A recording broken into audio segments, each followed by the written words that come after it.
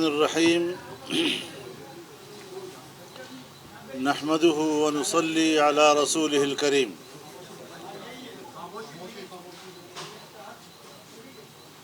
آج supreme court نے قادیانی مبارک ثانی مقدمے کے حتمی فیصلے کو اناؤنس کیا ہے اور انہوں نے گزشتہ فیصلے جو 6 فروری کو اور پھر 24 جولائی کو ہوئے تھے ان کے تمام قابل اعتراض حصوں کو حذف کر دیا ہے۔ میں اس بہت بڑی کامیابی پر پوری قوم کو مبارکباد پیش کرتا ہوں، امت مسلمہ کو مبارکباد پیش کرتا ہوں، تمام دینی جماعتوں کو، ان کے کارکنوں کو مبارکباد پیش کرتا ہوں۔ اور آج سپریم کورٹ پہ تمام مکاتب فکر کے جو علماء کرام شریک ہوئے اور انہوں نے جس یکجہتی کے ساتھ کورٹ کے سامنے اپنا موقف دیا اور سپریم کورٹ کو اپنے موقف کے حوالے سے قائل کیا، یہ سب قابل احترام ہیں اور مبارکباد کے مستحق ہیں، اور انہوں نے امت پر احسان کیا ہے۔ اس سلسلے میں اعلان کرتا ہوں کہ کل پورے ملک میں یوم جمعہ کو بطور یوم تشکر منایا جائے گا۔ 7 ستمبر 1974 کو پاکستان کی قومی اسمبلی نے متفقہ قرارداد کے ذریعے، متفقہ ترمیم کے ذریعے قادیانیوں کو اور لاہوریوں کو غیر مسلم اقلیت قرار دیا تھا، اور آج جب پوری قوم 7 ستمبر 2024 کو مینار پاکستان لاہور پر 50 سالہ گولڈن جوبلی منا رہی ہے، اور جس دن کو یوم الفتح کے طور پر منایا جائے گا، آج کی اس فیصلے نے گولڈن جوبلی کی اہمیت کو اور دوبالا کر دیا ہے، اور اب پاکستان کے عوام ایک الگ جذبے کے ساتھ اور ایک تازہ ترین فاتحانہ تصور کے ساتھ اس میں شریک ہوں گے، اور انشاءاللہ العزیز عقیدہ ختم نبوت کے تحفظ کے لیے 7 ستمبر یوم الفتح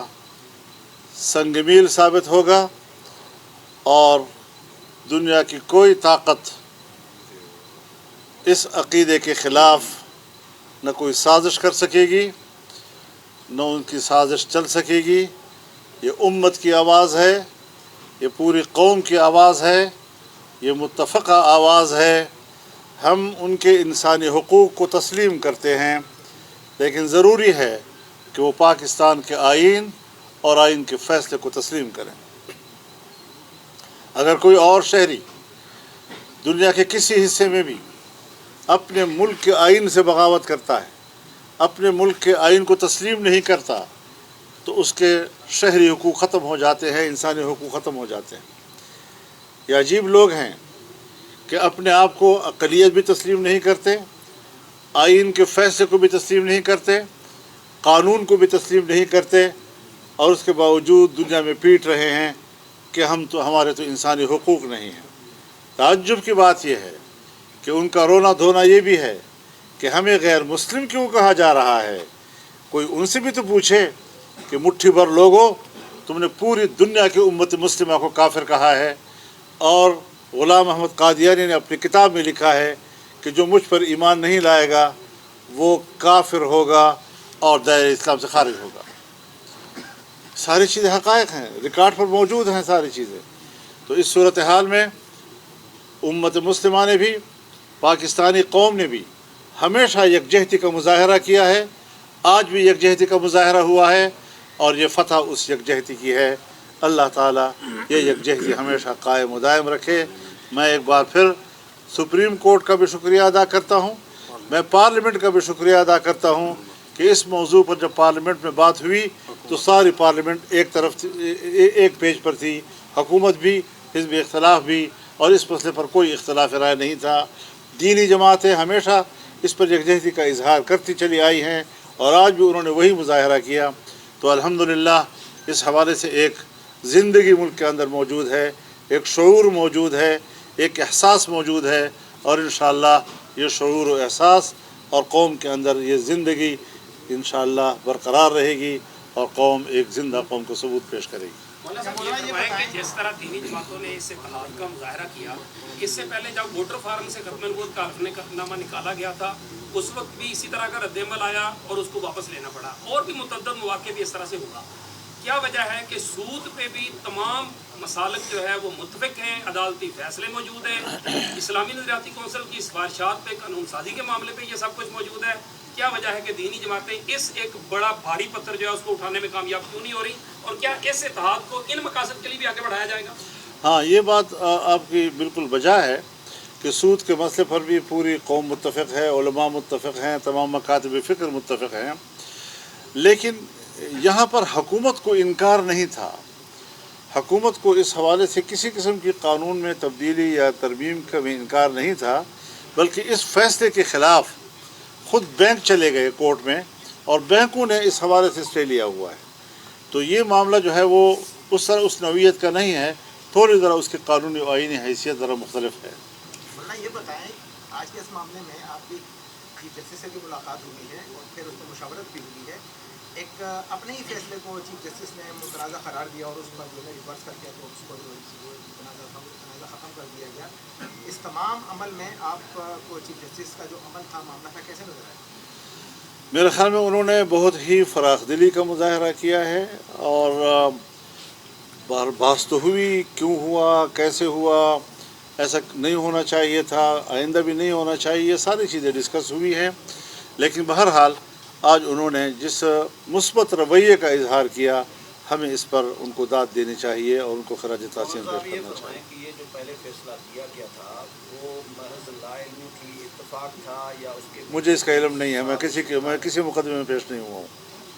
آج پیش ہوا ہوں۔ آپ تمام سماعت میں وہاں پر موجود رہے، آپ ماشاءاللہ بہت سارے حوالے ماضی کے بھی آتے رہے، آج مختلف آپ کو بار بار دیکھا، آپ نماز کے لیے صرف گئے اور اس کے بعد جج صاحب نے جب آپ کو کہا کہ آپ مکمل سماعت سن کے جائیے گا تو پھر آپ وہاں پر موجود بھی رہے۔ کیسا دیکھتے ہیں کہ کیا یہ اس طرح سے بار بار ریویو پٹیشن اور پھر آگے جو معاملات اب چلیں گے، کیا اعتبار کیا جا سکتا ہے؟ یہ جو نہیں، عام کارکنان ہیں، میرے خیال میں اس وقت سوال کا تناظر یہ ہے کہ عام جو کارکنان ہیں، جو عام لوگ ہیں، وہ ریاست پر اس طرح اعتبار نہیں کرتے قادیانیوں کے معاملے نہیں، میرے خیال میں دیکھیے بات یہ قادیانیت کے خلاف تو سوچ ایک ہی ہے۔ باقی جب ایک شخص اتنے بڑے منصب پر فائز ہو کر اعلان کہتا ہے کہ ہم انسان ہیں، ہم سے غلطی ہو سکتی ہے اور ہم اس کی ازالے کے لیے تیار ہیں، تو اتنا کافی ہے میرا خیال ہے۔ مولانا صاحب، حکومت بھی اس معاملے میں آپ کے سیاسی مکمل طور پر آج آپ کی محنت ہے، جو بھی ہوا آپ کو اس بات پر بارکاہ دیتے ہیں، تو آپ حکومت کے لیے بھی لفظ کہیں گے اس معاملے میں؟ میں نے کہہ دیا نا جی،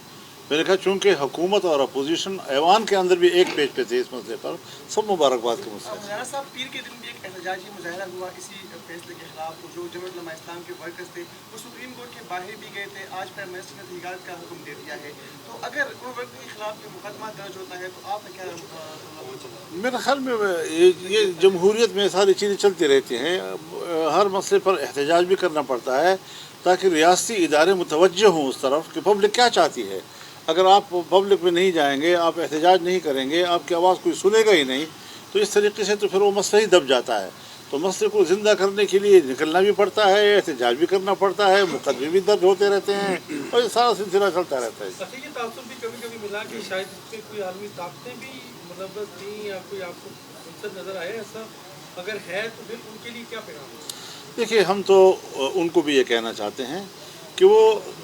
غیر آئینی عمل کو سپورٹ نہ کریں، اور یہ کوئی ایسا مسئلہ نہیں ہے کہ دیکھیے تحریک بھی چلی ہے 1953 میں، ہزاروں لوگ شہید ہو گئے، اس میں کامیاب نہیں ہوا جی۔ لیکن اب پارلیمنٹ کا فیصلہ آ گیا تو دنیا جو جمہوریت کی بات کرتی ہے،